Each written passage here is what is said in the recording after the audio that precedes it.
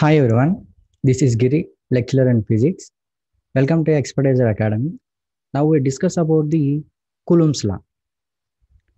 Coulomb, that is the scientist name, he discovered in the year 1786 the force between any two point charges. Any two point charges. He discovered the force between any two point charge, either it is attractive or repulsive. So by using this concept, you have to understand what is the meaning of Coulomb's law and definition and derivation. There is any application. So in this Coulomb law. So let's go for that.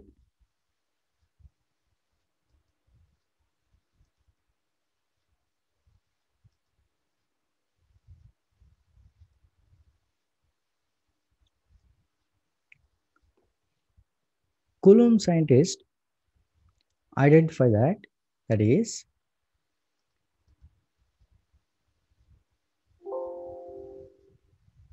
the force between any two point charges. Look at here, Q1, Q2, both are point charges. Both are separated smaller distance.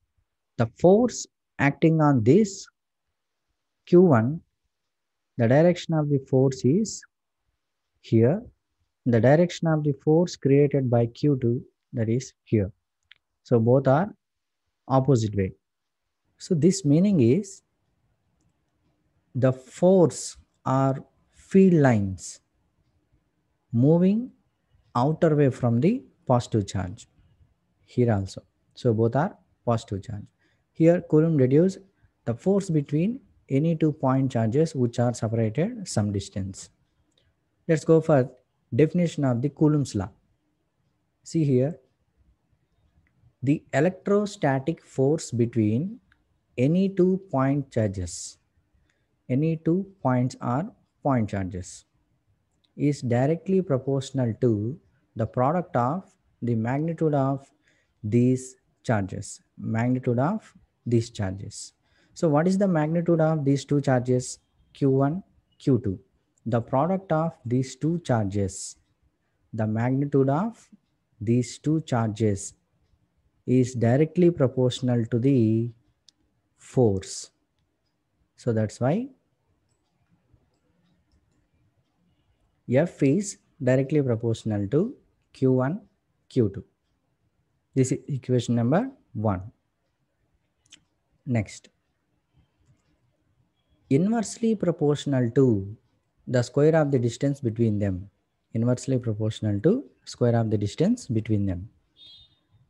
So what is the distance between these two charges? Small r. This square, the distance square, that is r square, is inversely proportional to force between these two charges. So F is inversely proportional to 1 by r square. So this is equation number 2. From 1 and 2, we have F is proportional to Q1, Q2 divided by r square. So this is mod value. Either it is negative or positive, it gives only positive value. Okay. So this is equation number 3. Whenever you convert the relation into the equation, so definitely you have to multiply some constant value with RHS side. So here that constant value is K. Here this name is proportionality constant. Look at this value. K is equal to 1 by 4 pi epsilon naught. 1 by 4 pi epsilon naught. So what is the meaning of epsilon naught? Permittivity of free space. Permittivity of free space. So we will discuss about what is the value of this permittivity later now. So see here, F is equal to K into Q1 Q2 divided by R square. After putting this K value here, F is equal to 1 by 4 pi epsilon naught into Q1 Q2 divided by R square. So this is the Coulomb's law force or Coulomb's law equation. So this is the relation discovered by the Coulomb's law. So see again, what is the definition of Coulomb law? the force is directly proportional to product of two charges.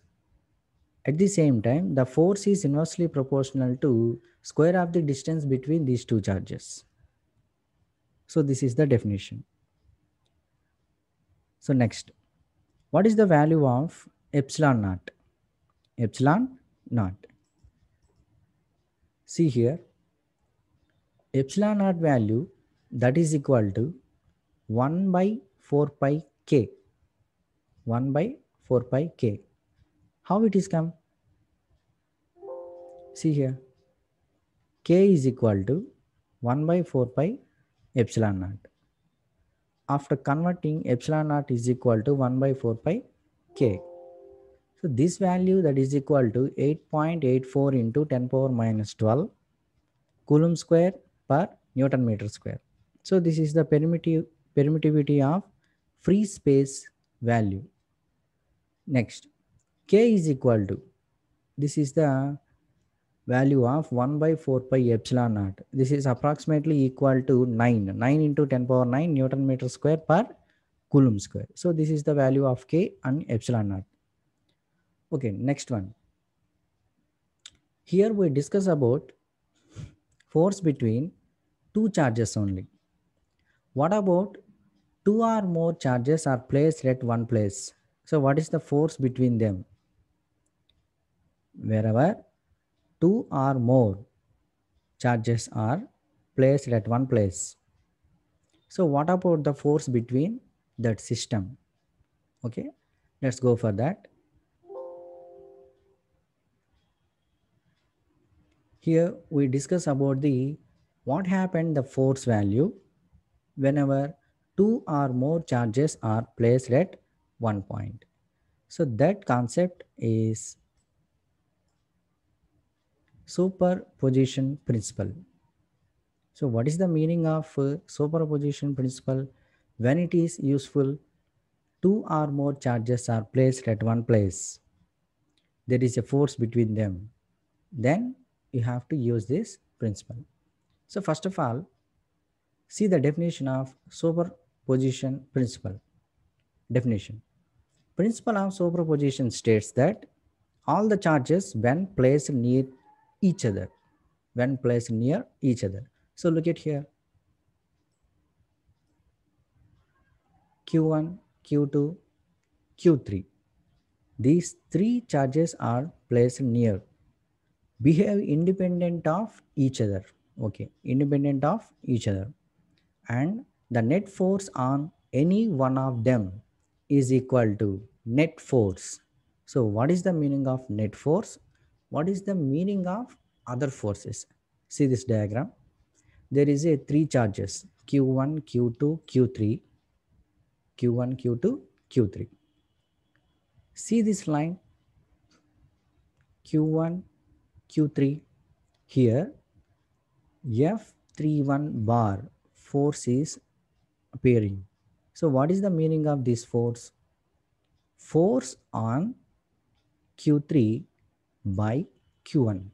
Force on Q3 by Q1. So that is F31. Here R13, this is the unit vector. R13 means the distance between from Q1 to Q3. This is the unit vector direction. This is the force vector direction. At the same time, Q2, Q3. Here, F32 is the force on Q3 charge by Q2. That is F32. Here, this is the unit vector from Q2 to Q3. Okay. Here, F3 bar is the resultant force. This resultant force is equal to vector sum of the forces exerted on it due to all other charges. All other charges means Q1, Q2. That forces are F31, F32. F31, that is equal to 1 by 4 pi epsilon naught Q1, Q3 by R13 whole square. At the same time, F32 is equal to 1 by 4 pi epsilon naught into Q2, Q3 divided by R23 whole square into R32 cap. This is the position vectors. So the definition shows that resultant force that is equal to force exerted by remaining charges on Q3. So this is the superposition principle. This is the vector form of the superposition principle. So this is the Coulomb's law, at the same time superposition principle. Thanks for watching. For more videos, visit www.expertiseracademy.com. Thanks again.